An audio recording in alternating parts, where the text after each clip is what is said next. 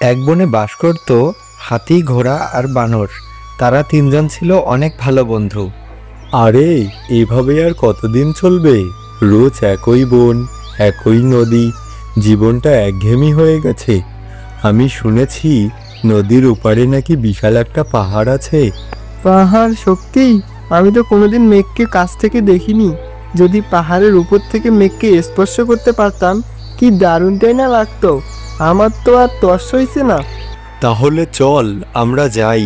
এত সুন্দর জায়গাটা দেখতে আর দেরি করা উচিত নয়। সে না হয় বুঝলাম, কিন্তু হাতি ভাই, ওদিকে তো একটা বড় নদী আছে, সেটা পার হবো কিভাবে? আমি তো সাঁতার কাটতে পারি না।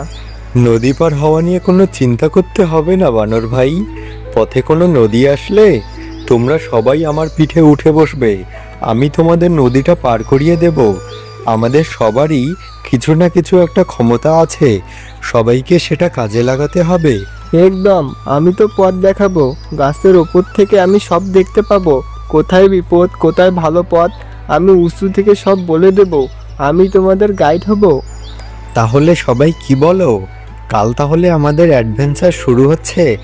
কাল সকালে নতুন পৃথিবীর খোঁজে আমরা বেরিয়ে পড়ব।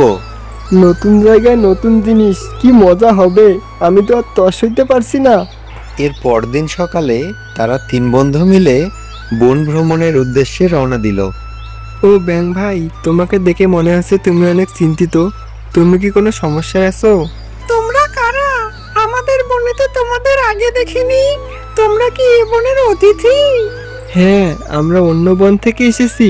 আমরা অনেক দূরে যাচ্ছি। কিন্তু তোমার দুঃখের কারণ কি, আমাকে বলো। আমার দুঃখের কারণ কি সেটা শুনলে তোমরাও কষ্ট পাবে। আমাদের রাজা অনেক অত্যাচারী। সে আমাদের উপর অনেক জুলুম করে। বনের সব ভালো ভালো খাবার তার লোকেরা নিয়ে যায়। আমাদের জন্য শুধু অল্প খাবার পড়ে থাকে। এত বড় অন্যায়, তোমরা কি এর প্রতিবাদ করো না? কেউ সাহস করে কিছু বলে না। যদি কেউ প্রতিবাদ করে তাহলে তাকে অনেক শাস্তি পেতে হয়। রাজার ভয়ে আমরা সবাই চুপ থাকি। তুমি চিন্তা করো না, আমি একা নই। আমার সাথে আমার বন্ধুরা আছে। আমরা সবাই মিলে তোমার রাজার সাথে কথা বলবো। এই অন্যায় বন্ধ করতে হবে। আমরা তোমাদের সাহায্য করব। তুমি সত্যি বলছো? তোমরা আমাদের সাহায্য করবে তো? হ্যাঁ, সত্যি বলছি। আমার বন্ধুরা খুব সাহসী। আমরা নিশ্চয়ই এর একটা সমাধান করব। আমাদের কাছে যখন বন্ধু আছে, তখন কোনো কিছু অসম্ভব নয়। সত্যি যদি তোমরা আমাদের সাহায্য করতে এসেছো, তাহলে চলো, আমি তোমাকে আমাদের রাজার কাছে নিয়ে যাচ্ছি। কিন্তু সাবধান, আমাদের রাজা কিন্তু অনেক হিংস্র এবং অহংকারী, সেই সাথে শক্তিশালী। তাই তার সাথে কথা বলতে সাবধান থাকবে। তোমাকে ওসব নিয়ে চিন্তা করতে হবে না। তুমি আমাদের নিয়ে চলো, বাকিটা আমরা দেখে নেব। এরপর সেই ব্যাঙটি বানর, হাতি ও ঘোড়াকে নিয়ে চলে যায় তার মহারাজের রাজদরবারে।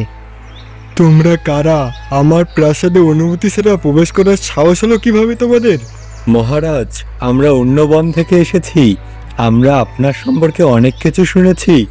আমরা শুনেছি আপনি এই বনের সবচাইতে শক্তিশালী প্রাণী, কিন্তু আপনার ক্ষমতা নাকি শুধু আপনি প্রজাদের ভয় দেখানোর জন্য ব্যবহার করেন। হ্যাঁ, আমি শক্তিশালী। আমার চেয়ে বড় আর কেউ নেই। আমি যা ইচ্ছে তাই করতে পারি। আমার শক্তি আমার অহংকার। মহারাজ, ক্ষমতা থাকা ভালো, কিন্তু ক্ষমতা দিয়ে যদি শুধু দুর্বলদের উপর অত্যাচার করা হয়, তাহলে সেই ক্ষমতা তো কোনো কাজের নয়। আসল শক্তি হলো সেই শক্তি যা দিয়ে সবাইকে রক্ষা করা যায়। আপনার ভয়ে প্রজারা সুখে নেই, তাদের মুখে হাসি নেই। এতে আপনার অহংকারের কি আছে? কিন্তু আমার প্রজাদের তো খুশি হওয়ার কথা। আমার শক্তির সামনে কেউ দাঁড়াতেই পারে না। মহারাজ, আপনার শক্তি এবং সাহস আছে। এই দুটো গুণ দিয়ে আপনি আপনার প্রজাদের ভালো রাখতে পারেন। তাদের ভালো রাখতে পারলেই আপনার শক্তি আরও বাড়বে। তাদের ভালোবাসা পেলে আপনি আরও বড় রাজা হতে পারবেন। আমি কখনো এসব এভাবে ভাবিনি। আমি ভেবেছিলাম ক্ষমতা মানেই ভয় দেখানো। আমি আসলে ভুল করেছিলাম। আমার অহংকার আমাকে অন্ধ করে দিয়েছিল। আমি আমার প্রজাদের কষ্ট দিয়েছি। মহারাজ, ভুল সবারই হয়, কিন্তু ভুল বুঝতে পারাটা হলো আসল ব্যাপার। এখন থেকে আপনি সবার কথা শুনবেন, সকলের যত্ন নেবেন, তাহলে এই বনের সকল প্রাণী আপনাকে ভালোবাসবে। তোমরা আমার চোখ খুলে দিয়েছো। আমি প্রতিজ্ঞা করছি এখন থেকে আমি একজন ভালো রাজা হব। আমি আর কাউকে কষ্ট দেব না। আমার বন আবার শান্তিতে ভরে উঠবে। এই তো মহারাজ, আপনি বুঝতে পেরেছেন শক্তির আসল ব্যবহার আসলে শত্রুদের ওপর প্রয়োগ করতে হয়।